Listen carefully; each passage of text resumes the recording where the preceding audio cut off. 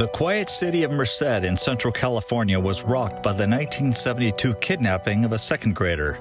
For 7 years, there was no trace of Stephen Stayner. But in 1980, the country would be captivated when the story broke that Stephen not only broke free from his abductor in Northern California, but also led another kidnapped victim to freedom. Stephen Stayner was reunited with his parents, but all was not well. After years of struggling to readjust to normal life, the story of Stephen Stayner came to a tragic end on September 16, 1989, in a motorcycle crash.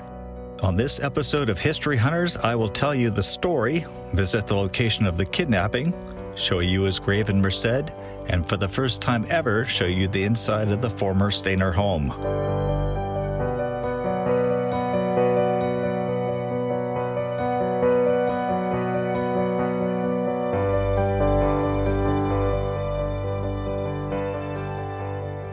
If you know anything about Stephen Stayner and Cary Stayner, the two brothers that made national news for obviously different reasons, this is where they lived.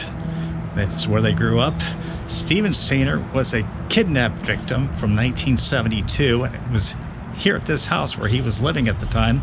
He was walking home from school trying to get home when he was picked up by two strangers and taken off and sexually molested. 7 years later, he was returned home. That usually doesn't happen. An even stranger thing is that his brother Cary Stayner, who was 4 years older than him, also lived here. He grew up and he became a serial killer, killing 4 women. It was known as the Yosemite Killings. I'll tell you all about it on this episode of History Hunters. Good morning, Stephen and Mr. and Mrs. Stayner. And Stephen, how does it feel to be home? Feels great.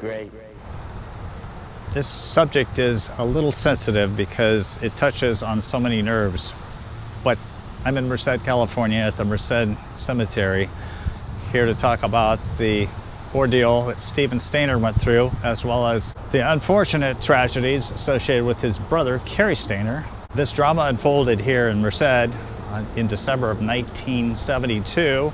Stephen Stayner was 7 years old. He was a second grader at Charles Wright Elementary School. He was walking home from school. 2 men approached him, pretending to be a pastor looking for funds to finance their church, and he asked Stephen if he could take him home so he could get some donations. Stephen was so young, he believed the story, got in the car, he never was taken home. He didn't go home for another 7 years. He was kept and told that his parents gave him up because they couldn't afford 5 kids. After 7 years of disappearance, I'm sure his parents gave up all hope that he would ever return to them, but he did in 1980. And fortunately, Stephen became a hero for rescuing another boy that the abductor had kidnapped. Stephen helped him get help. They went to a police station, and the rest is history. If you come to the very back corner of the cemetery, you will find Stephen Stayner. Unfortunately, the cemetery here has numbers on top of each grave. Stephen Stayner's number 140 in the Garden of Peace section in the back, close to the railroad tracks. Here's the grave of Stephen Stayner, April 18th, 1965 to September 16th, 1989. It's grave 140.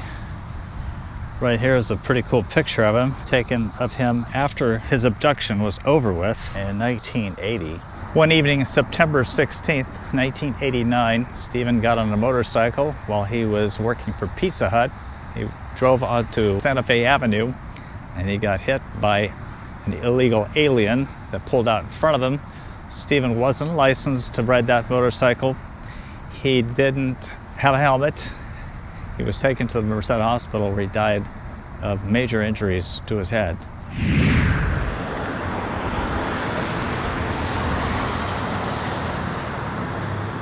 So on September 16th, 1989, Stephen Stayner was coming down this road, which is called Santa Fe Avenue, right past the Richwood Meat Company.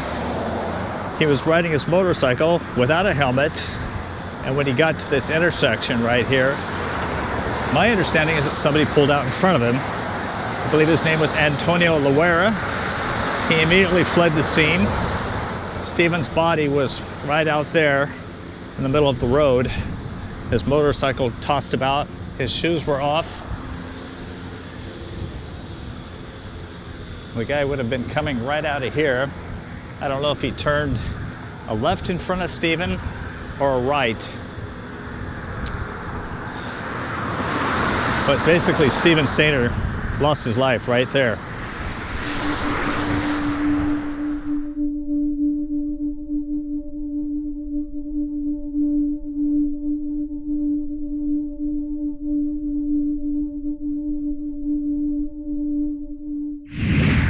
He left behind a wife and 2 children.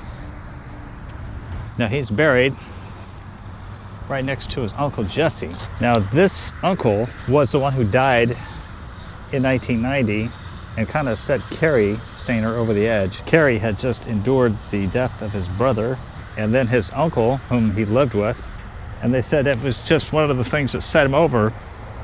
But right here are Stephen and Cary's grandparents. Jess Stayner, 1905 to 1984. And over here, grandmother Luella Stayner, 1913 to 1981. Fortunately, grandmother got to see Stephen return to his family. You would think that being reunited with your family after 7 years would be a joyous occasion, and for a while it was, but Stephen had been used to doing things his own way. He was able to drink whenever he wanted to because his abductor allowed him to do things while he sexually molested him. So when he came back, he had all these rules. He had to get reaccustomed to his family, and he had a real difficult time. He turned back to alcohol. He kind of did his own thing for a while. He got booted out a couple of times, and we can all understand why after having been through all of the abuse that he had been and the emotional damage that was done to this poor boy. He got his life together again. He started working odd jobs. He never got anything more than minimum wage. So because Hollywood took such interest in Stephen Stayner's story, they created this made-for-TV movie, My Name is Stephen. He obtained some royalties. He actually appeared in the film as a police officer. Now around this gravesite, back in 1989, were several hundred mourners, including the family members. I'm sure that Jesse, the uncle, was here. He was living at the time. Another person who came here was Timothy White. He was the little boy that Stephen Stayner helped to rescue from Parnell. Timothy White, who was 14 years old at the time, served as a pallbearer at his funeral. The funeral was held at the Mormon church here in Merced. Because of what happened to Timothy White, being a victim, he wanted to be in law enforcement, so he became a Los Angeles County Sheriff's deputy. Unfortunately, he died on April 1st, 2010 from a pulmonary embolism. He was buried in Newhall at the Veterans Memorial of Eternal Valley Memorial Park. He was abducted in 1980, and it was that abduction that precipitated the rescue of both boys. So on Valentine's Day in 1980, Parnell got tired of using Stephen. He decided he wanted to abduct another little boy. With the help of an accomplice, Parnell captured Timothy White. He was 5 years old, brought him home. Timmy was crying. That kind of set off something in Stephen, reminded him of his own tears, his pain and his loneliness. So I believe about a week or 2 later, Stephen and Timothy decided to make a break for it. Now, Stephen had no idea where Timothy lived, and Timothy couldn't remember as well, so they decided the next best thing to do, and the smartest thing they could have ever done, was find a police station. They decided to make a break for it. They hitchhiked all the way to Ukiah. After Stephen returned to his family, Ken Parnell was tried for kidnapping Stayner and White, but not for the sexual abuse. He served only 5 years of a 7-year prison sentence. Edward Murphy, who was Parnell's accomplice in the Stayner kidnapping, was sentenced to 5 years imprisonment and paroled after 2 years. In January 2003, Parnell was arrested again after trying to coerce his female caregiver into buying him a 4-year-old boy. By this time, Parnell was 71 in very poor health, living in an apartment in Berkeley. In February 2004, Parnell was convicted of attempting to purchase a child and attempted child molestation. The prosecution successfully argued that Parnell had criminal intentions, and he was sentenced to 25 years to life under California's 3 strikes law. Parnell died of natural causes in prison in 2008. This is the school that Stephen Stayner was walking home from that day in which he was kidnapped. So I'm traveling down 22nd Street here in Merced. It's just east of Charles Wright Elementary School, just to give you an idea of the type of houses that are here and were here back in 1972 at the time of the Stayner kidnapping. Oh, a lot of the trees obviously were not as big, and some maybe weren't even planted. Kind of a middle-class neighborhood, but the kids who were living south of here would have taken some of the side streets here to the south and headed off towards home that way. So this is the Central Yosemite Highway. It's State Route 140, and right over there is Highland. Stephen Stayner would have walked down that school, probably crossed right here, right down this sidewalk. Right over here is a church. So right there on this side of the pump is where Stephen Stayner was accosted by the two dirtbags that posed themselves as church people. They asked Stephen if he would get in the car, and they'd take him over to his mother to see if she could make a donation to the church. Now maybe Stephen thought that that was legit because the church is right next door. I'm told that the abduction took place right here at these pumps. Now this is Jean Street. He wouldn't have gone down this route. It's not the direct route to home. And he would have gone up to the next street. Now normally Stephen would have gone right past this mini mart here. It's gas pumps. They would walk down Shirley Street. Where that car is going, that's how you would go to his house. Unfortunately, his abductor took him all the way up this way, which is Highway 140 to Cathays Valley, where he would be holed up in a cabin and sexually molested within days. Very tragic event. This is the same house where Stephen was living the time he was kidnapped. It looks pretty much the same that it looked way back in the day. This half-brick wall is still here. This is where this picture was taken of the family right after Stephen was returned home. Cary is sitting on that ledge. Stephen is standing right there, the corner of where the brick and the house meet, and the sisters are gathered around. There's also a picture of Stephen who was photographed. They opened the blinds for the photographers and they took pictures of him through here. However, right here, this way, is a picture of Cary Stayner being embraced by his mother when they found out that Stephen was coming home. That day was a joyous day, probably a very shocking day for him. You will see in the background of the picture is this garage. I think of all the media that gathered out here that night, it's Stephen Stayner returned home after 7 or 8 years of being abducted. It's an amazing historical home here.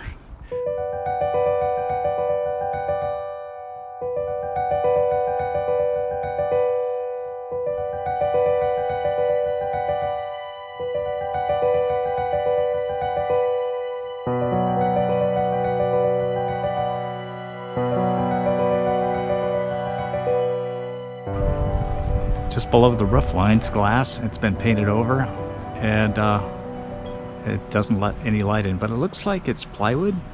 But back when Stephen lived here, it was wide open, letting a lot of light in that house. People think there's some bad mojo here. During the defense phase, Cary Stayner's defense trial, his defense attorney suggested that Delbert was molesting his own daughters. I think they were making all kinds of excuses for Cary's behavior.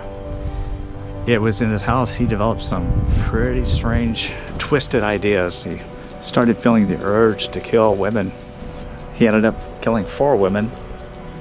And it's a very tragic episode in Merced history.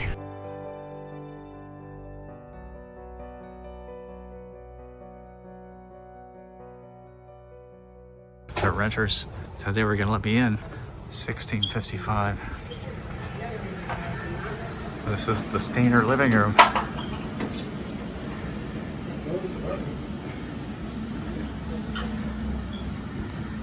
And they kindly let me go to the backyard. Here's the garage and the backyard where Cary Stayner and Stephen Stayner grew up, probably played back here. It's not a very big yard. This is the backyard of the Stayner house. I don't think anybody has ever featured this on YouTube. There's the garage. Delbert and Cary Stayner bought this house, and I understand they did not want to move because they never knew if Stephen was going to return home.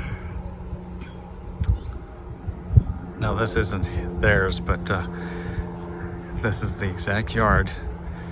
Who knows what kind of sick ideas Cary came up with back here. It's amazing. A deep sickness ran through the soul of Cary Stayner, who admitted that fantasies of murdering women started when he was 7 years old. In 1997, Cary Stayner was a handyman at the Cedar Lodge Motel in El Portal, just outside of Yosemite National Park. In February 1999, he had made his way into the motel room of tourists. There he tortured, sexually assaulted, and murdered Carol Sund, 42, her 15-year-old daughter Julie Sund, and a 16-year-old Argentine exchange student, Silvina Peloso. Stayner disposed of the bodies of Carol Sund and Peloso by torching their car with them inside. A note was sent to the Modesto FBI office with a hand-drawn map indicating the location of Julie Sund's body. The top of the note read, "We had fun with this one." Investigators followed the map and found her remains. The murders went unsolved until July 21, 1999, when yet another murder took place in the region, which yielded clues pointing to Cary Stayner. Sarah and I had actually seen the cabin where the murder took place on an earlier trip this year to Yosemite for another episode of History Hunters. During the murder of 26-year-old Yosemite resident Joy Ruth Armstrong at Foresta, witnesses had spotted a blue 1979 International Scout parked outside the cabin where Armstrong was living. Detectives traced the vehicle to Stayner, who became a prime suspect in all 4 murders. Stayner shocked investigators when he confessed to not only Armstrong's murder, but the murders of Peloso and the Sunds. He also said that he sent the map detailing where Julie Sund's body was dumped, and his vehicle yielded evidence proving his link to Armstrong's murder. Stayner pled not guilty by reason of insanity. After he was declared sane, a jury convicted him of all 4 murders in 2002. He was sentenced to death at San Quentin Prison, but Governor Newsom imposed a moratorium on all executions shortly after he was elected, even though he stated that he favored the death penalty as a candidate. So this is the San Joaquin Valley National Cemetery outside of Santa Nella. It's in Merced County, same county that Stephen Stayner was kidnapped in, same county that Cary Stayner was raised in. This is the newest of all national cemeteries in California. And I'm here to look for the gravesite of Delbert Stayner, who was Stephen and Cary Stayner's dad. He was a veteran of the Korean War. He's buried here, and we're going to find his grave. Here we go. Delbert Foy Stayner. He was a sergeant in the Army during the Korean War. He lived from 1933 to 2013. Marker number 2953. Always in our hearts. I don't think any of us can fathom the agony that it must be for a parent to lose a child, male or female, to kidnap her, knowing that something very terribly wrong can happen, and usually does happen. They're usually never found, or they're killed or abused, and in such horrible ways. I don't understand how any human being could do that to a child. Delbert Stayner was almost 80 years old when he passed away, but I can't help but think that maybe it was the very bad publicity about Cary killing those Yosemite tourists is what helped put him in his grave. This whole cemetery is populated with veterans who spent time in foreign lands. Look at this. He's right next to David Castle, who served in Vietnam. So I'm stopping here in Applegate Park to show you this statue that was dedicated to a teen hero, Stephen Stayner. Up there you will see Stephen holding the hand of little 5-year-old Timothy White. This tells the story. Kidnapped in 1972 as he was walking home from school and told his parents no longer wanted him. 7-year-old Stephen Stayner was routinely violated through 7 years of captivity. As Stephen grew older, his captor's preference for younger children drove him to abduct 5-year-old Timothy White, unaware of the fate now intended for him. Stephen's only thought was to save the new child from unspeakable abuse he had himself suffered. Stephen summoned the courage to lead little Timmy on a desperate flight to safety. Once returned to his parents, Stephen took time to educate law enforcement, school, and parent groups on the insidious methods of child sex predators. Stephen died at age 24 in a motorcycle accident, leaving a wife and 2 small children. May this memorial to Stephen Stayner's heroism and to all child victims stand as a beacon of hope to families of children still missing. And maybe a little thing, but I noticed that both their right heels are lifting off the ground. Kind of that pivotal moment they decide to flee. Delbert and Cary Stayner got to see this statue dedicated before he passed.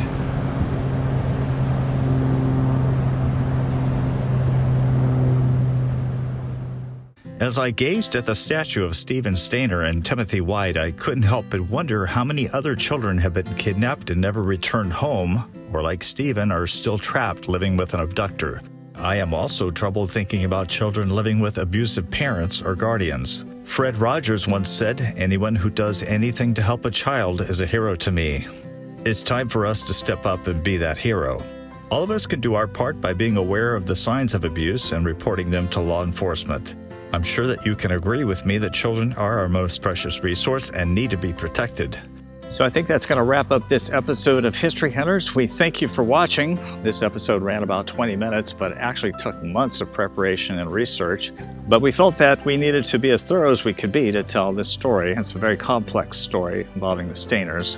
I'm not sure if you know this, but if you do 2 simple things for us, you can help us promote and grow this channel. One of them is to leave a comment, hopefully a positive comment, and give us a like. Doing that helps with the algorithms that YouTube uses to recommend our channel to others.